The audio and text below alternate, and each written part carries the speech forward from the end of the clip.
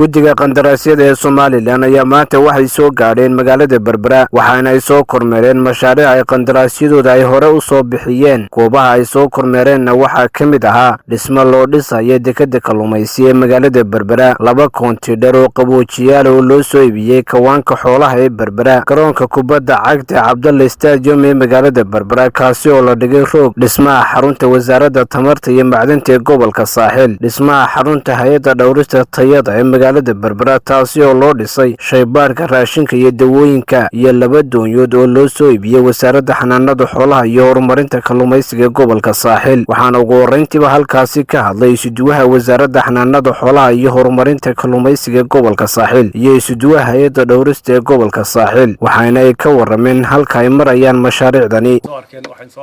kala soo arkeen doonyihii loo sameeyay wasaaradda xanaanada xoolaha iyo kalluumaysiga oo 2 doonyood gobolka Saaxil uu qayb u helay. intaaba waan soo tusnay iminka halkan taaganahay waa kawaankii xoolaha, 2 koontiinar oo loogu talagalay in kalluunka lagu qaboojiyo waana -40 ayay iminka aragtidoodii ugu dambeysay ay arkayaan. waana nidaam fiican oo qurux badan wixii wasaaradda walba loo iibiyo in dabagalkeedana la yeesho. guddiga qandaraasyada qaranka oo hogaaminayo gudoomiye Nuux iyagoo u kuurgelaya indhaynaya mashaariicii ka socday gobolka.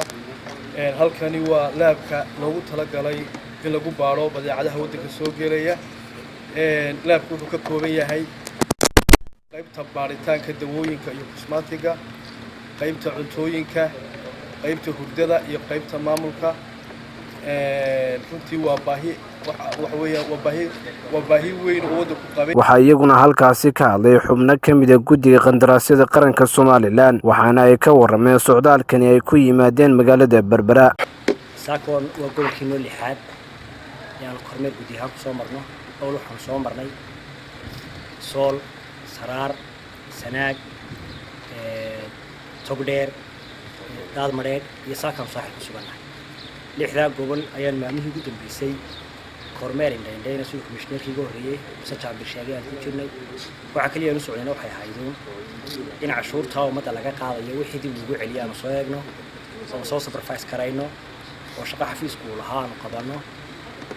alxamdulillah rabbil caalamiin 6 gobol si fiican oo qayb qatay ugu soo dhamaan safarkeedii insha Allah bidmillahi kariim. imika markaan xafiiska dib ugu noqono haddana waxaan u kulmeysan doonaa gobolada galbeedka bal heerka ay marayaan.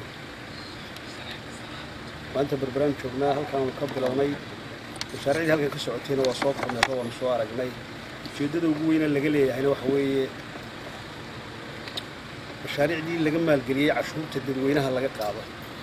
dhammaan mashaariicdan soo maray waxa laga maalgeliyay qasnada dawladda.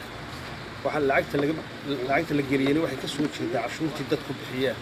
waa adeegii dawladdu dib ugu celinaysay dadka ay ka soo jeedaan. mid kaliya oo hay'ad inaga caawisay ama cid kale inaga caawisay ma jiray, dhammaantood miisaaniyadda ku wada jiraan. mashaariicdii ay ka hirgelisay xukuumadda Jamhuuriyadda Somaliland muddadii 3 sano ahayd gobolka Saaxil. mashaariicdaas oo qaarna dhamaadeen qaarna gacanta lagu hayo meel fiican bay marayaan. dabcan la xisaabtan shirkadihii aanu qandaraasyada soo siinay iyadana meesha waan u soconnay inaanu qiimayno haddii lagu soo tartamay mashaariicda waxaa lagu tartami doonaa iyadana shaqo wanaaggaas oo shirkadaha ka caawin doonta inay tartanka dambe ay soo galaan ay points ay ku heli. xogayaha gobolka Saaxil oo isaguna halkaasi ka hadlay ayaa waxa uu guddiga ku soo dhaweeyay magaalada Berbera. qayb ka yahay safarro ay dhawaan ku gala bixiyeen dhammaanba gobolada Jamhuuriyadda Somaliland taasoo ay ugu kuurgelayeen qandaraasyadii iyo barnaamijyadii ay bixiyeen inay u qabsoomaan sidii loogu talagalay iyo habka ay u socoto taas ay ku hubinayeen. waxaan leenahay ku soo dhawaada gobolka Saaxil. aad baan idinku bogaadinayaa idinkana mahad celinayaa qaabka iyo kartida iyo qiimaha leh ee aad u qabateen hawlaha qaranku idin igmaday. aad baan u mahadsantihiin. Cabdirasaaq Qaasim Jaamac, wararka telefishinka Badda Cas, magaalada Berbera.